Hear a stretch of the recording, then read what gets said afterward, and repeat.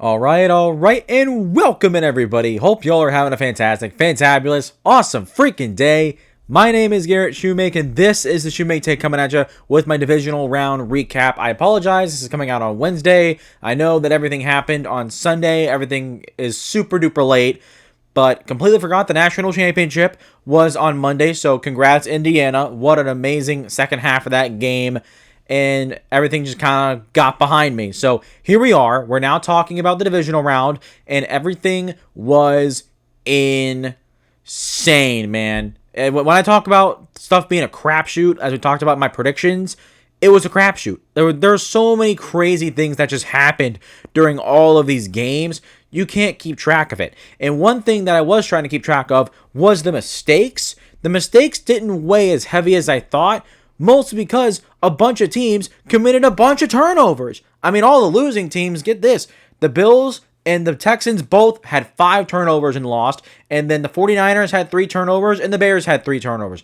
There were a bunch of turnovers in this game, and while all of them didn't get accounted for in the sense of, I said, oh yeah, every time there's a turnover, the team that forces it's going to make the other team pay for it. It wasn't really like that. A lot of turnovers were inconsequential. But one thing that I didn't take into account that I really should have was drops. There were a lot of drops in all of these games, especially with the Texans and Patriots game, obviously Bears and Rams. It was snowing, it was cold, a whole bunch of drops inevitably were to happen. Probably should have said that. I'm sure a lot of you probably thought that already. But pretty much like this week, there was a lot of things that went different like I thought it would. While some games were close, as I expected, there was a couple games that went a lot differently, especially with the 49ers and Seahawks, which we'll talk about, and also with the Bills and the Broncos, which that has its own that's its own Pandora's box we're about to open here in just a second. But that's kind of what I got for you, just kind of giving you my thoughts real quick about what I thought about the week in the divisional round. Real quick, check it out. You want something interesting? You see those 2 jerseys? They're red, but they're Titans jerseys. That one's Eddie George. This one right here is Javon Curse, 2 Titans greats. And if you're wondering why they're red, well, the answer for you is, I don't know. You look right now on the internet, there is no origin or how do these jerseys come to be. There's no anything on the internet from where these came from, how they were made.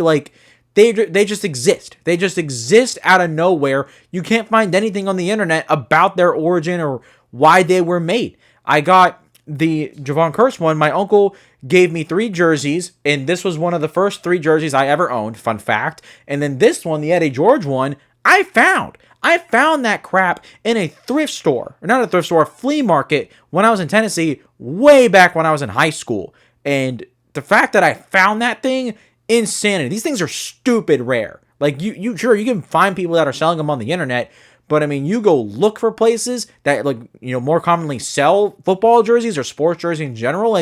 You're never gonna find these. You're never gonna find these unless you buy them from somebody. They're just so uncommon. No one knows where they came from. No one knows why they were made. They're just an enigma. They're an enigma of football history that nobody knows. And I own 2 of them. So pretty neat stuff. Wanted to show these off. These are 2 very special, unique pieces in my jersey collection. So enough about that. Now let's recap all of the great games. They're all three great games. One of them was an absolute stinker, 49ers Seahawks. We'll talk about that in the second one. But let's start with the first one. Broncos, Bills. Broncos win 33-30 in overtime. The game went to overtime. And wow, just wow. This game was back and forth. It was fun. So many roller coaster emotions went through my mind in this game. Starting with Buffalo, the biggest thing for me was this team needed to step up in a big way. And they did. Not only did this offense play a more complete game, James Cook had a much better game on the ground. He went over 100 yards. The passing game was efficient. Shout out Dalton Kincaid. He had multiple big catches down the field. But also, I want to give some shout out to Khalil Shakir. Khalil Shakir caught every single pass that was targeted going in his way this postseason before the Bills inevitably got knocked out. And he's been the most reliable target that Josh Allen has.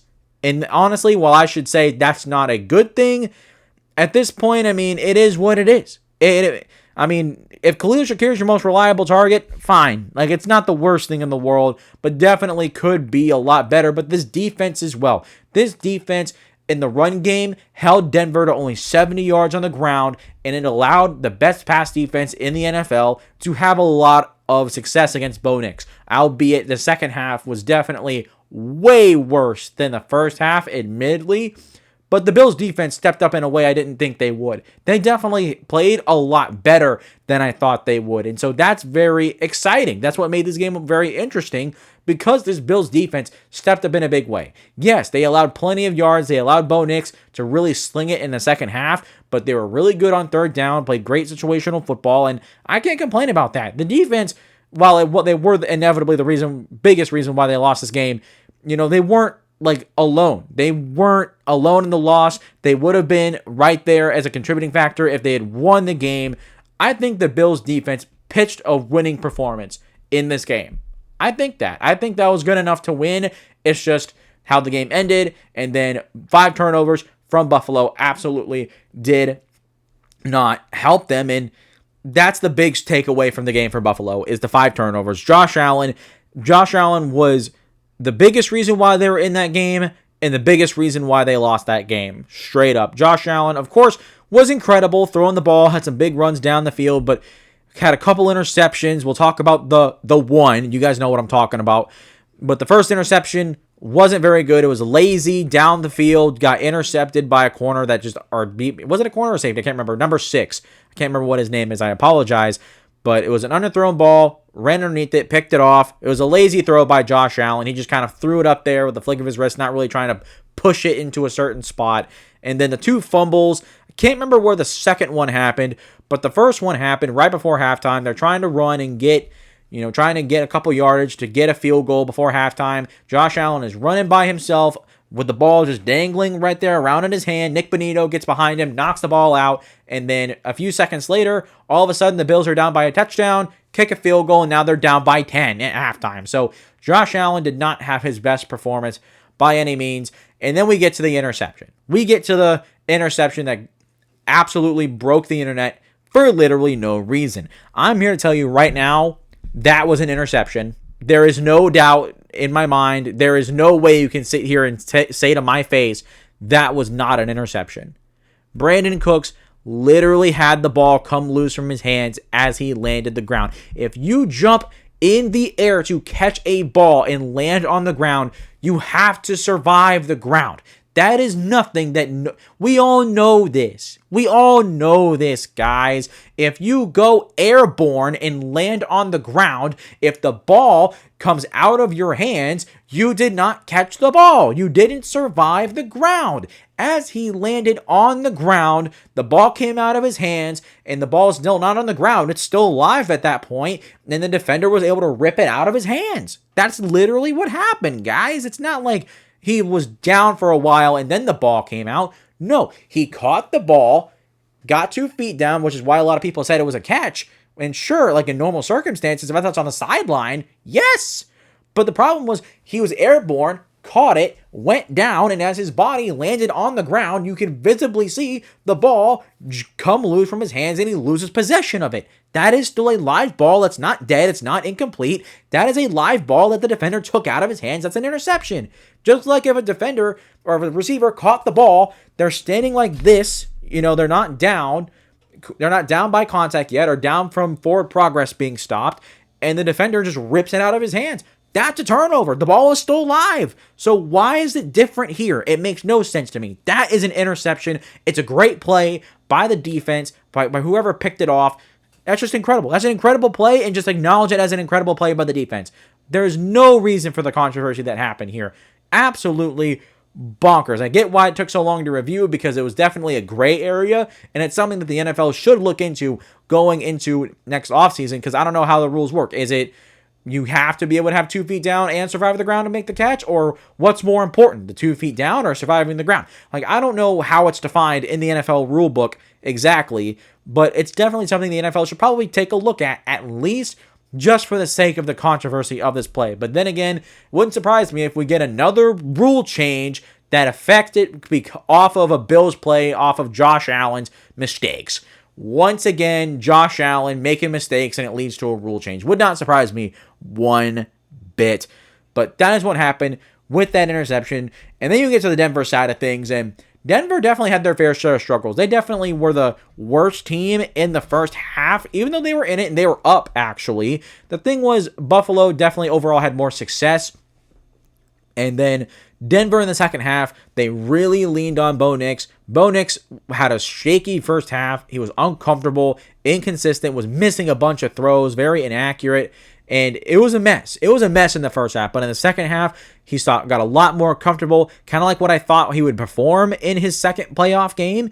And ultimately delivered the big throw to Marvin Mims, which was an absolute beautiful moon ball. Absolute incredible throw. I mean, that ball was in the air for almost 10 seconds. I mean, it was floating in the air. It was floating in the air like a little Cupid, like Cupid, baby angels, because Valentine's Day, right? Just floating and fluttering in the air. Like, amazing. Absolutely amazing throw. What a catch by Marvin Mims, too. That's incredible. That was the best play of the whole game, straight up, if you don't count the interception. That was the best play of the game.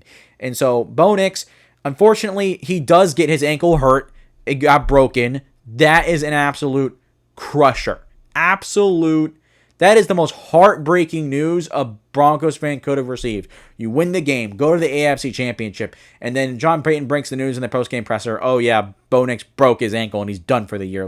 Now you got to roll into the AFC Championship with Jarrett Stidham. That's going to be a really fun conversation to talk about on Thursday when we do our predictions for the AFC and NFC Championship game. But overall, Bo Nix stepped up in this game in such a big way, and with the running game not performing well, he definitely did enough to win this game. And then the big thing I also want to look at for Denver was, will they adapt if things don't swing their way? And I answered my own question here. They did. Bo Nix was able to throw the ball with a lot of success in the second half when the run game was almost non-existent. They definitely adjusted when things didn't go their way. And while, sure, they didn't run the ball well, they were still able to hit deep shots down the field, the aforementioned touchdown to Marvin Mims, and it was successful. They definitely had a solid performance here. And while I said this game would come down to the wire, I thought it would end in regulation with 20 seconds left.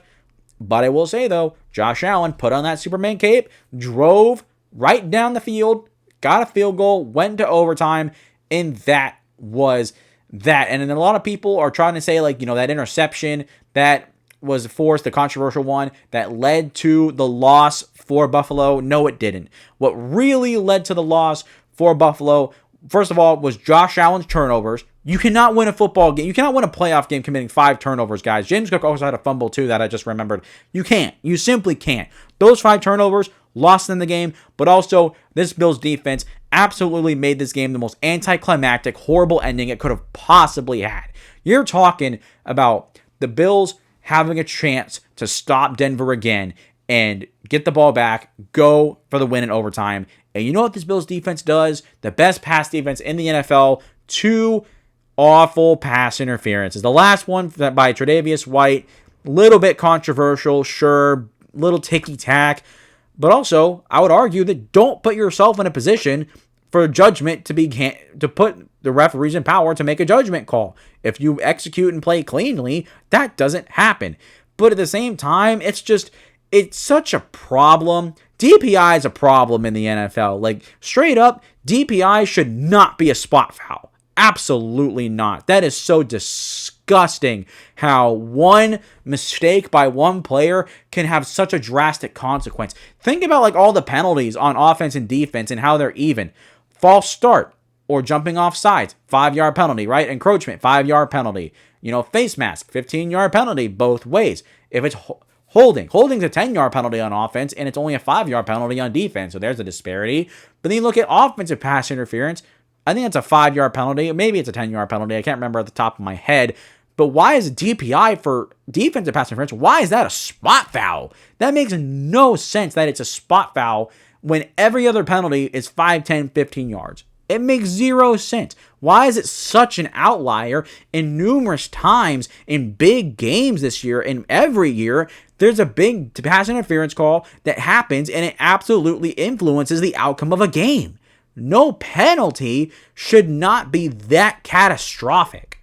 Sure, a 15-yard penalty is perfectly accurate. Yeah, you get a free 15 yards, and the offense still has to drive down a significant chance, or drive a significant chance of the field, or a significant amount of the field to score. Like, it's not like you can just flip the field immediately and it changes the game. Like, no, you still have to go down the field to score if you get a 15-yard DPI penalty. That's why it's so good in college, because you still have to work for your score. You still have to work for the points to win. But Buffalo, they allowed 2 penalties, and Denver got to win for free. They won for free. They were given a free win off of 2 penalties. That's disgusting. That's disgusting. I'm not discrediting Denver here, but there's no reason why a game that was so close should end because of 2 defensive pass interference penalties. It's atrocious. It's such a garbage way to end a great game, man. So that needs to be changed. I hope that it's brought up in the owners' meeting here in the spring. Probably won't, but hey, can a man hope? Now we'll move on to our next game. Seahawks 49ers. Seahawks win 41-6. Oh, man. The moment that Rashid Shaheed took that opening kickoff for a touchdown, which, by the way, caused an earthquake, by the way. Look that up. Pretty interesting. I saw the seismograph myself. The moment that he took that for a touchdown, I thought this game was just about over. And then the next drive, what happened? The first throw from Brock Purdy, bobbled by Jawan Jennings. They struggled to run the ball, and then they went for it on 4th down, didn't get it, and that's when I knew the game was over. It was over at that point.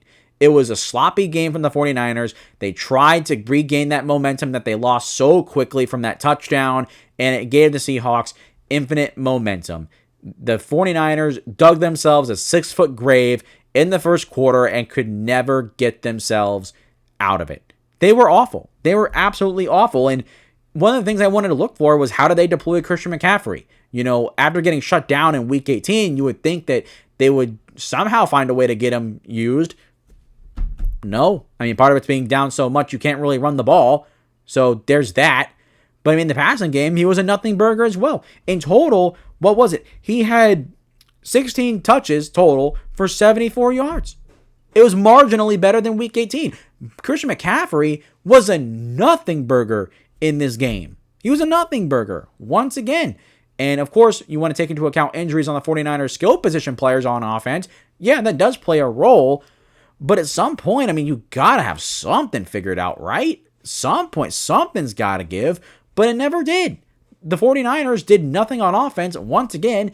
And why? Christian McCaffrey was completely eliminated just about.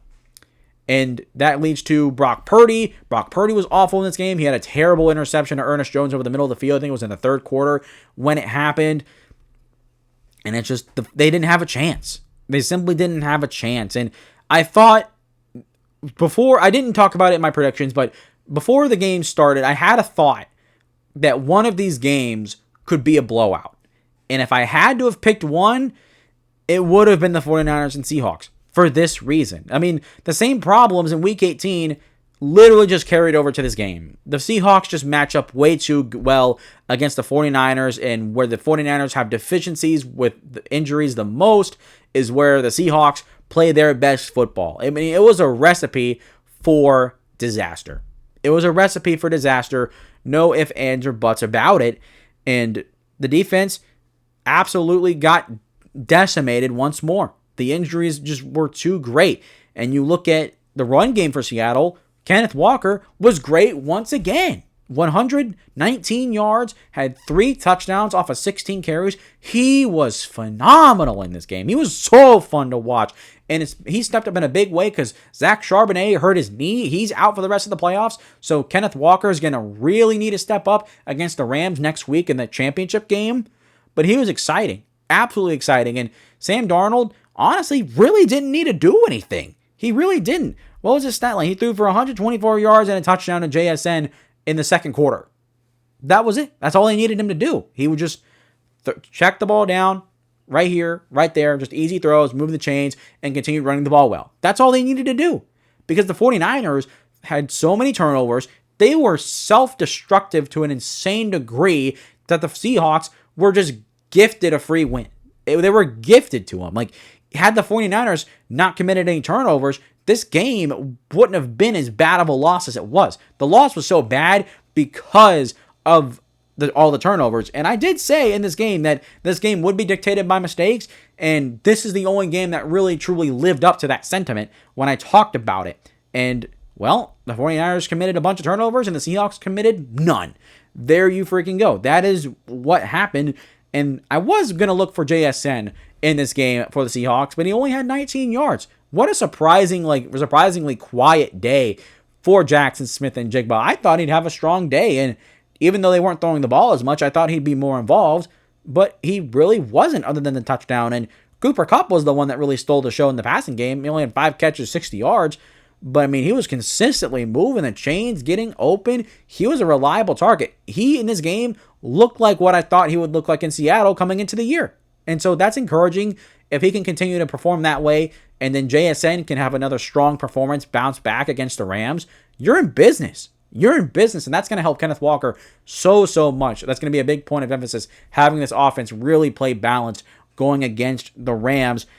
And once again for the 49ers, absolutely disgusting. I'll give some credit, though, to Seattle's defense. They were incredible. Only allowed 6 points all game, obviously. Absolutely decimated and shut down the 49ers offense, and they had no chance. The 49ers had no chance. The Seahawks still have their number, and, well, it's a miracle that the 49ers made it to the divisional round in the first place. It's an absolute miracle. So just a shout out to their coaching. I mean, their coaching is really what carried them throughout this year, but they need to be healthy. They need to get healthy, just reset, and maybe next year with a better roster that's ready to go, that may not be so decimated with injuries, maybe they can actually make a deep run. And maybe they can make a Super Bowl run. I mean, if this team was healthy, there's no telling how far they could have gone. So that's going to be a big what if for the 49ers this year, but will be a big point of emphasis going into next year for them. Now we move to Texans Patriots, and this one was disgusting. An absolutely disgusting game from Houston, and this is why I picked the Patriots. Because when it came down to it, in a defensive battle, who do I trust more to win me the game? Drake May or CJ Stroud? Drake May 100,000% of the time. And it showed. You know, this was the toughest matchup that the Patriots had seen yet to this point on defense. And admittedly, Drake May was not good in this game. Outside of a few throws, especially the one in the fourth quarter to Kayshon Boutte, that was incredible. Better catch than a throw, in my opinion. That was a one-handed catch. But Drake May was not good in this game. Had an interception. He had 4 fumbles. 4 fumbles. And 2 of them were lost. Drake May has a glaring problem. He has fumbled more times in the NFL than any other quarterback. That's more than Cam Ward, by the way. Everyone wants to meme Cam Ward for his fumbles. Yeah, Drake May was worse at that, by the way. And that's a glaring problem. The Patriots cannot keep trying to fight through games with so many turnovers committed by the offense. It was a problem against the Chargers, and it became an even bigger problem against the Texans. Had the Texans offense been semi-competent in this game, had CJ Stroud been semi-competent, the Patriots would have lost. They would have lost. The Patriots have won 2 games in a row now in the playoffs because of the other offense's ineptitude. And I'll give great credit to the Patriots defense. They're playing absolutely incredible football right now. But let's be honest. I mean, is the Patriots defense absolutely out of this world fantastic, like the Houston Texans, like the Seattle Seahawks? No, they're a pretty good unit, but they don't stand compared to them. They have a strong run defense, one of the best in the NFL. That definitely helps out a lot, and that's a big reason why the Texans offense struggled, because they couldn't run the ball worth a crap. So take that for what you will, but the big takeaway for this game obviously was CJ Stroud. He was the big storyline in this game because he had 4 interceptions, all of them in the first half, and they were all, except for one of them was a drop by Xavier Hutchinson, bounced off his hands, but the other 3 were some of the worst interceptions I've seen all year. The second one, where he has pressure in his face and he just throws it up into the sky for no reason, that is the worst play I have seen from a quarterback in 2025. It was disgusting. CJ Stroud was not just bad, he was disgusting. He looked like a bust. And quite frankly, had it been another quarterback in that game, had it been a regular season game, CJ Stroud would have been benched. He would have been benched, sat on his butt the rest of the game, and Davis Mills would have finished out that game. Now, was Davis Mills going to do anything? Absolutely not. Let's not sit here and say that Davis Mills is better than CJ Stroud. No, CJ Stroud is better than Davis Mills, guys. There's a reason that he is the starter and not Davis Mills. I mean, that's pretty simple in of itself. But this was the worst two performances against the Steelers and against the Patriots. Two worst performances of CJ Stroud's career. And now there is a big problem with this offense. And now it makes me wonder, is DeMeco Ryans' days numbered? Are they numbered? Because no matter how good you are on defense, you cannot continuously win games. You can't continue to have success with an offense that is sputtering, inconsistent. You have a quarterback that is not helping you win games, and he's actively helping you lose football games. You can't have that. You absolutely can't have it. And Nick Caley is not a good offensive coordinator. He's not. Say what you want about the injuries. Obviously, no Joe Mixon. He's never been in there in the first place. Woody Marks got hurt in this game. Nico Collins was out. Sure. But at the same time, I mean, I don't know what's going on with CJ Stroud. The decisions that he was making were horrible. And even when he wasn't turning the ball over, it's like he didn't want to take a sack. He would run around and make some weird errant throw just to not take a sack.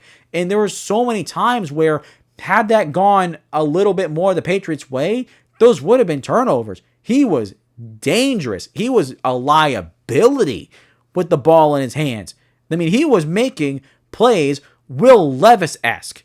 You know, you want to meme Will Levis a lot, and rightfully so. But this was just as bad.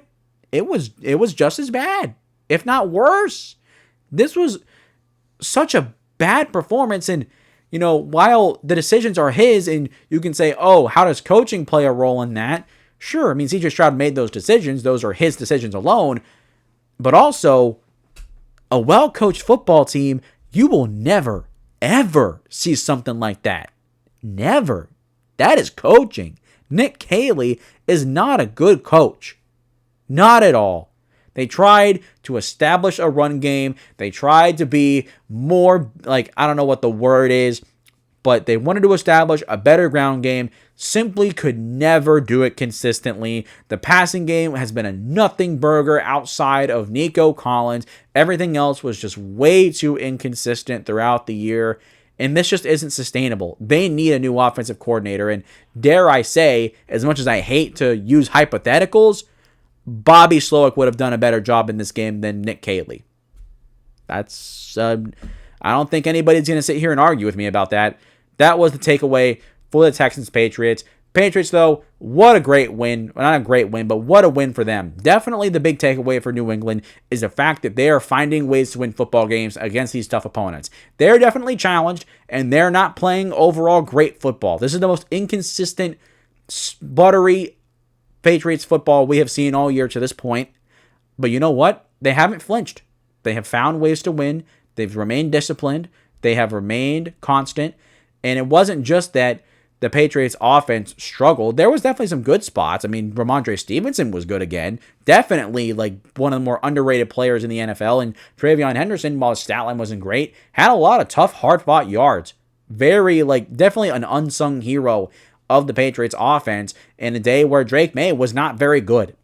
But the Patriots defense, they have stepped up in a big way. And while the Steelers offense and the Texans offense were nothing to write home about, they needed to step up. They needed to make sure that these offenses didn't get going. Had any of these offenses, whether it was, wait, did I mention Pittsburgh? I'm sorry, I meant to say the Chargers.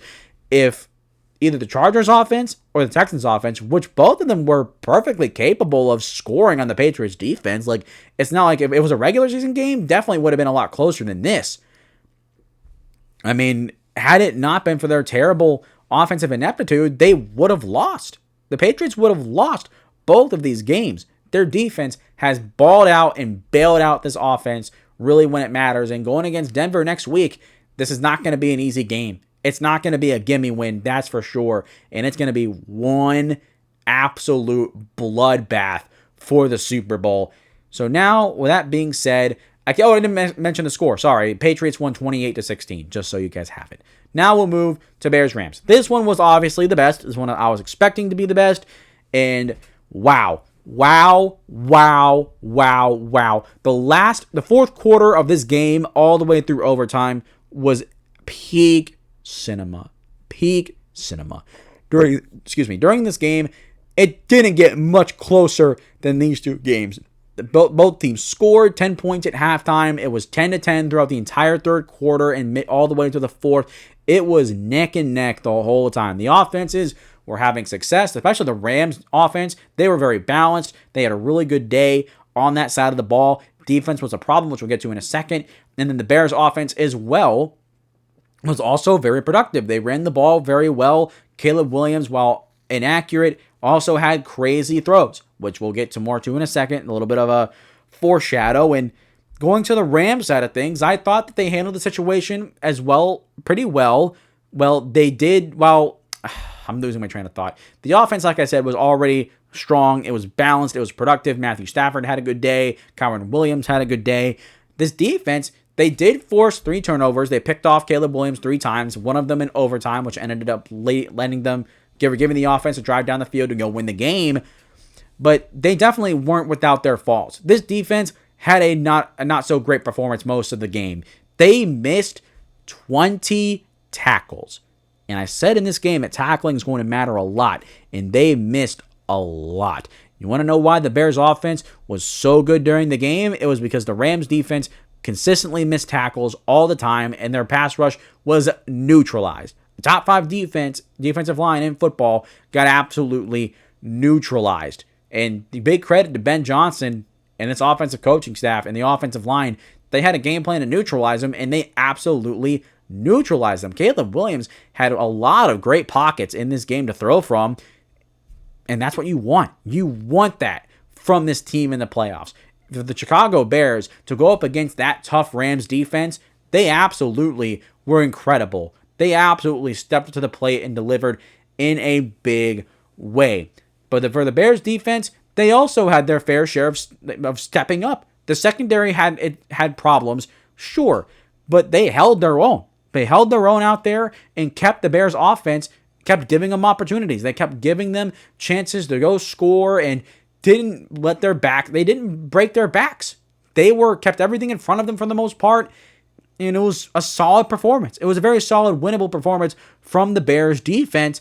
The big loser was inevitably Caleb Williams with the interceptions. Now, I will say this.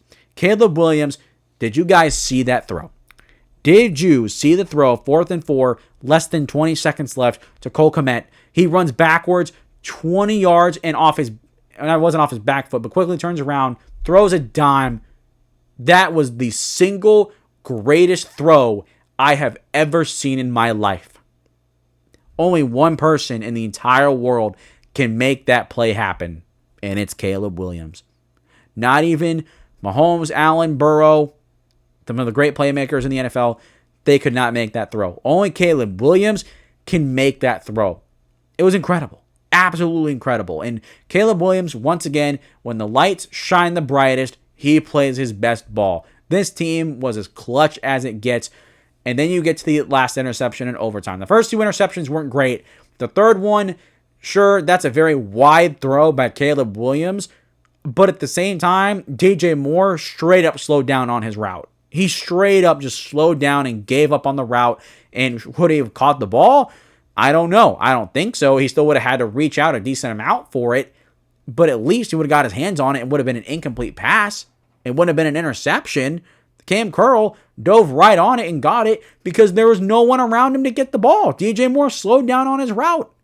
And obviously, it doesn't look as bad in the replay, but you watch, some highlights of it, of people that are recording it in the stadium, it was worse. It looked that much worse. And I don't know why he stopped on his route. I don't know why. And that interception led to the Rams driving down the field to win the game in overtime. That's how it ended. And it's so sad. After such a great play, that's how this game ends. It's hard. It was back and forth. It was heartbreaking. And I did say that I had zero clue how this game went down, but I had a feeling that it would end with one of these offenses making a heartbreaking mistake late in the game. And while the game wasn't truly over, at that point, it felt like it was out of reach. At that point, both teams had multiple possessions in overtime, and once the Rams got the pick, they got the momentum they needed, and I think myself at least felt like, okay, the Rams are going to drive down the field right now and win this game. That was the momentum they needed, and it was. And then now they're in the NFC Championship against the Seattle Seahawks in what is going to be probably the best game of the NFL season, arguably, if it's not the Super Bowl. It's definitely going to be super fun and exciting. So with that being said, that is my divisional round recap. I just kind of want to spitball some thoughts at you guys for what I thought during the game. And so if you guys made it this far, please consider hitting the like button and the subscribe button. It helps the channel out tremendously. I would love to continue to increase my football passion and spread it to more and more people. So please, please do. Let me know your thoughts in the comments down below as well. What did you think of this week? Are you a winner this week or last week, or were you a loser last week? Let me know how you guys are feeling about your teams, which, by the way, Buffalo firing Sean McDermott, absolutely just, the Bills are becoming a brain-dead organization again right before our very eyes. It's absolutely disgustingly sad, but that's a video for another day. And so other than that, follow me on social media, whether it's Facebook, Twitter, TikTok, Instagram, all that good stuff. And I love you guys. I appreciate you guys oh so very much. And as always, I will see you all next time.